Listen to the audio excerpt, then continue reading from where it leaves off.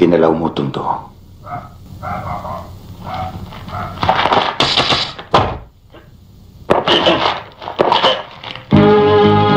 Mula sa pelikulang, Iyo ang Tondo Kanya ang Cavite. Ating panuunin ang napakagandang eksinang ito, na kung saan kilala bilang Crisanto si Fernando Poe Jr. Isang magiting na lalaki nirerespeto, at kinakatakutan, tulad ni Robin Hood. Please. I said shoot me! Too slow! Fast as you can! Namamahagi siya ng yaman sa mga maralita. Tara ating panuunin dito lang sa Bambihira TV. Sa among paraiso nga gamay.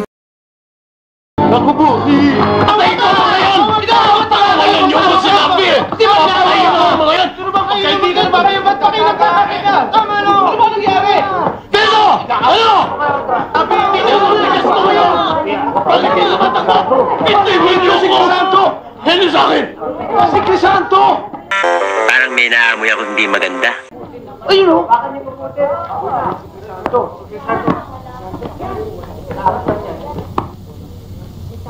Panuurin ng mabuti kung paano nila kinatakutan ang isang Crisanto ng Tondo, biglang natigilan si Dindo sa kanyang pagwawala nang tinitingnan siya ni Crisanto.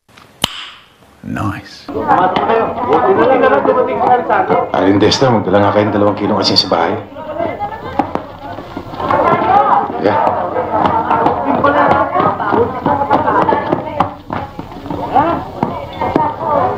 Crisanto, sa'yo pa rin ang Tondo. Sana all. Nako! Kamuntik ng bumahal ng dugo doon. Nang habol ng taga si Hildo.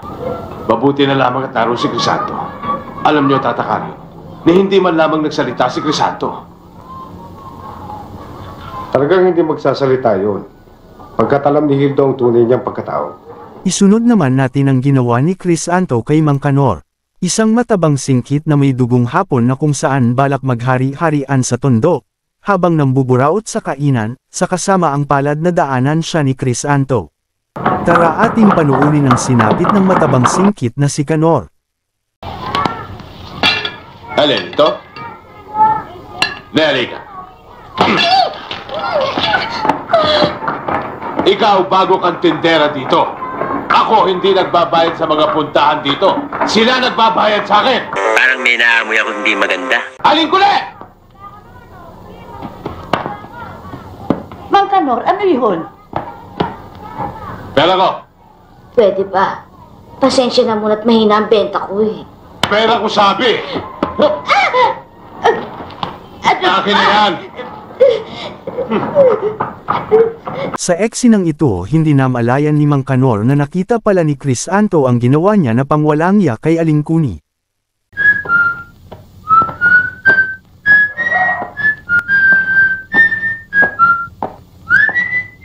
Kanor. Bakit? Maaari ba kitang makausap sandali? Tungkol saan? Tungkol kay Aling Kuni. Aling ko na eh. O bakit? Hindi pa ba sapat ang kinikita niyo sa bahay sugalan? Sa Maya Aliwan. Pati na isang matandang magkakalamay pinatulan mo. Pinatulan ko nga pero binibigyan ko naman siya ng proteksyon. What? Proteksyon saan? Sa mga taong katulad mo. Sampit ka lang dito. Sampit nga. Pero... Alam mo ba na si Aling Kuni? Ay dito pinanganak sa Tondo. Eh ano kung pinanganak dito? Ang nangyari, ako ang kinalaban mo. At hindi lang ako. Pati na rin nasira akong ama. Ano nga? Ginalaw mo Tondo.